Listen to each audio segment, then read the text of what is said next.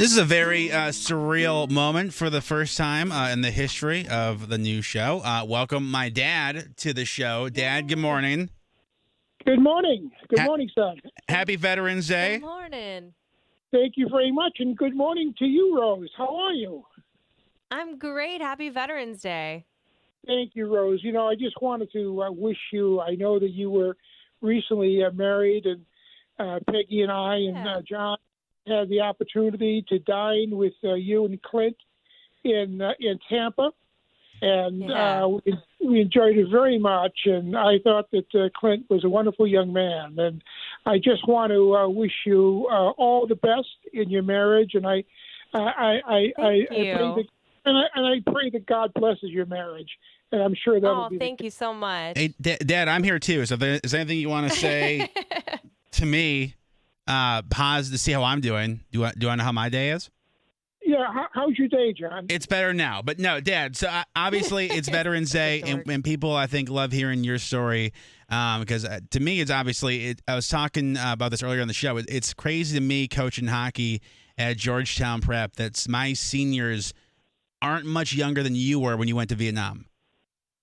Yeah, I was. I had just turned 18, and it was an experience. It's something that you never forget. With the Vietnam War, as all wars, all gave some who went over. All gave some. Some gave more, and then some gave all. And what I missed is that for 6 years. It would have been 6 years this summer. I volunteered at the Minneapolis Veterans Hospital because of COVID. Most of us who were volunteers were advised that we should take a sabbatical as far as volunteering is concerned. So I didn't get. I don't have the opportunity anymore to interact with veterans who are coming in to the VA hospital, and I miss that. I miss seeing the younger veterans. Those coming back from Iraq and Afghanistan, and very, very proud to have the opportunity to interact with them. Our experience as Vietnam veterans was somewhat different. We came back to a country that was at best indifferent and in most ways hostile. There were very sharp divisions over the war between those of us who served and those who made the decision not to serve. I think that in the last several years, there's been an attempt at reconciliation. And I think that you could say that those of us who served were a little right, maybe a little wrong, and those who didn't serve were a little wrong and a little right as well. So it caused a chasm in my generation, which I think for the last 10, 20 years has been somewhat, we've breached the chasm, and I'm very, very happy about that.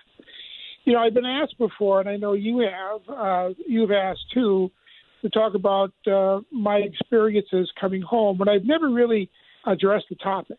But I'd like to say just a little bit about that if I can. Yeah, absolutely. I came back in May of '67 and arrived at SeaTac, Seattle Tacoma Airport. And I was there again in '66, '67, and we didn't have Armed Forces radio at the time, or we didn't receive it where I was. And, of course, there was no television, there was no cell phones, and so we were pretty much cut off from the world except from letters that we would have received from home. So we really weren't aware too much of what was going on in the States, and were somewhat surprised at the amount of anger and frustration. And when we arrived at SeaTac, we arrived at the middle of a demonstration, and it was hostile. And there were things that were said that comments directed at us. That you don't forget some of those things. When I came back, I went to college right away.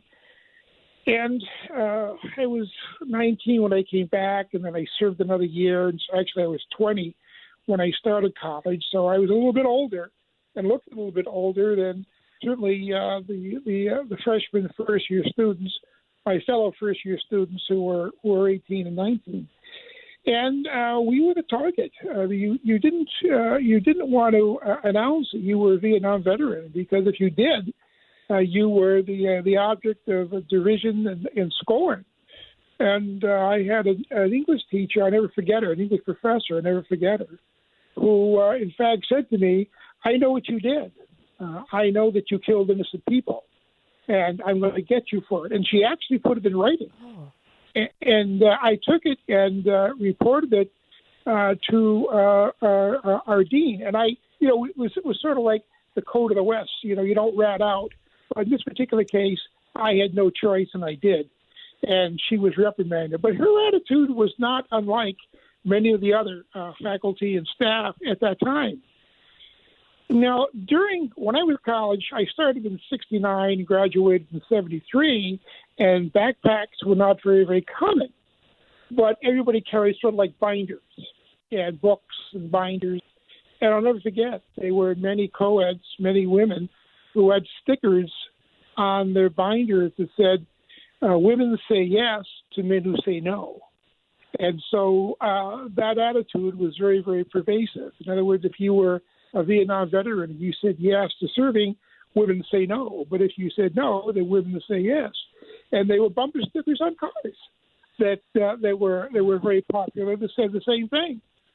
My second job out of college, there was a mid-level manager who made it known that he would not meet with Vietnam veterans or people who served in the Vietnam War because he said we were all crazy and we could start shooting and killing people.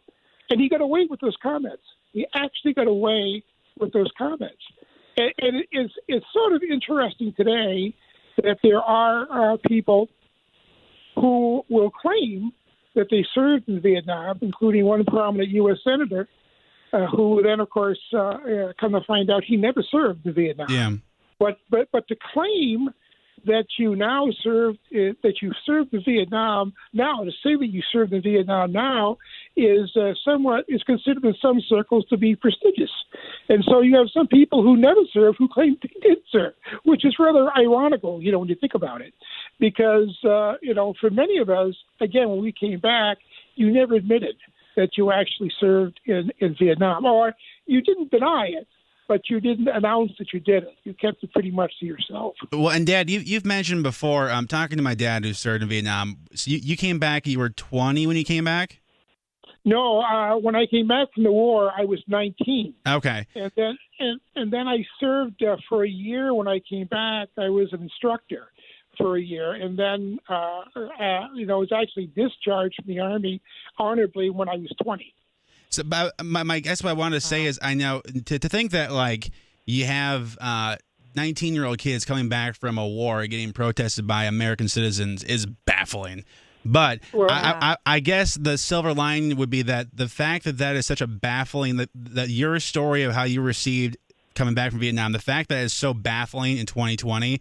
I guess the silver lining has to be is that veterans today, or at least like we're as a country, we're trying to atone for the sins of our past and how we treat our vets. I think that's true, and I think that you'll find that many Vietnam veterans, myself included, and I was a college professor for 37 years, and I always reached out to veterans, especially veterans coming back from Afghanistan and Iraq, and made them feel comfortable, and reached out and would always say, have you gone to the VA? Do you have your VA benefits? I volunteer there.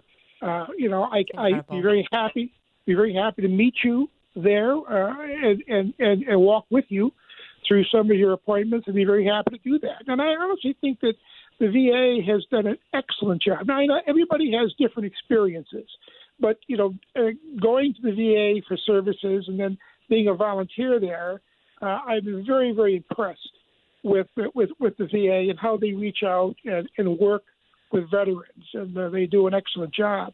So, yeah, I've seen a lot of the younger people come back, men and women come back who served in Iraq and in Afghanistan. And you'll find many Vietnam veterans go out of their way to welcome them home in the ways that we weren't welcomed. I think that, again, that it's the fact that that's such like You can't even imagine that happening, and the things that you've told me that were said. Yeah. It's insane. Now you're aware, Dad, that I do stand up comedy for the Fisher House. You've seen my stand up comedy for military. What are your thoughts on that? Well, As my mom laughs. You're laughing. I think it's a wonderful thing that you do comedy and you raise money for Fisher House, and I'm very, very proud of the fact that you do that. But I've attended the shows, and like I've said before, you can be humorous, you can be funny without using language that might be considered offensive. Now, when I was going to say, when I was in Vietnam, I got to be backstage during Bob Hope's tour, and Bob Hope was really, really funny. And he never used offensive language. And so there was, Red Skelton was the same way. Flip Wilson was very, very funny and didn't use offensive language. So I think it's wonderful that you do it. But geez, I think the language is something you should rethink, John. Well, I really do. Where do you think I learned it from? Well, don't say you learned it from me. That's for sure. Well, maybe it was Mom. Dad, it's been an honor to have you on. The first time to have you on the show. I'm very grateful for your service. Very grateful to have you as a dad. And happy Veterans Day. Thank you. Can I say a couple more things? Yeah, you got about 2.5 minutes before I have to play commercials. But yes. Oh, okay. I got a chance to talk to Eric. I haven't talked to him in a while, and I always enjoyed Eric's company when we visit DC, and what a wonderful dad he is to Max. You have some great people around you, John, and I was hoping that Riley would be there today. Yeah, no, I'm here. Yep, yeah, Riley wasn't feeling too well. Well, I just wanted to say to her, too, that I wish her the very, very best. I know that she has marriage vows coming up soon as well. And although I didn't get a chance to haven't met Marshall yet, I know you've said that he's a wonderful man. And he is. I'm sure he'll be a wonderful husband and a wonderful, dad to Lyric. And I wanted to wish her the very, very best. And and I want God to bless your marriage as well. So I just wanted to say that. I have one other thing to say before I go, and that is that I have to give a shout out to crazy Aunt Eileen who's listening today. Yes. Are you serious? That's how we have this great, we emotional talking about Vietnam, and we gotta end it with giving crazy Aunt Eileen a shout out. That's it, son. That's it. But, thank you very much for your call, and very, very proud of you, son. And what a great team you have on your morning show. And Rose, again, I wish you the very, very, very best. God bless, and always look forward to hearing you on the air, Rose. Oh, thank you so much. I love having you on air. You should be on every day. Well, he's asked for Eric. My dad's asked for Eric's number so he can call in with comments, which I don't know is the best thing. But I think it is an awesome idea. Well, we'll see. Dad, it means a lot that you called in. Obviously, I think I learned a lot from you as far as leadership and adversity. So very grateful for you. Have an amazing Veterans Day. And we'll Venmo you for alcohol because I can tell Mom's on one today. I'll just say again, I love you very much, son. Very, very proud of you. And I always said that for you and Tommy, it's every father's hope that his sons grow up to be a better man than he is. And I'm fortunate because you and Tommy are better men than I am. So thank you, son, and God bless. Thank you, Dad. Okay, well, I'm going to go in the corner real quick. Cry. All right, love you, Dad. It's fine. Yep, love you. Bye. Now. I should have asked him which son he likes better, but it's very nice that he says that. But the moment. No, I know, but I can't hold a candle to that guy. Like Man. So I'm gonna go blow air in my eyes. We'll be back next. Happy Veterans Day.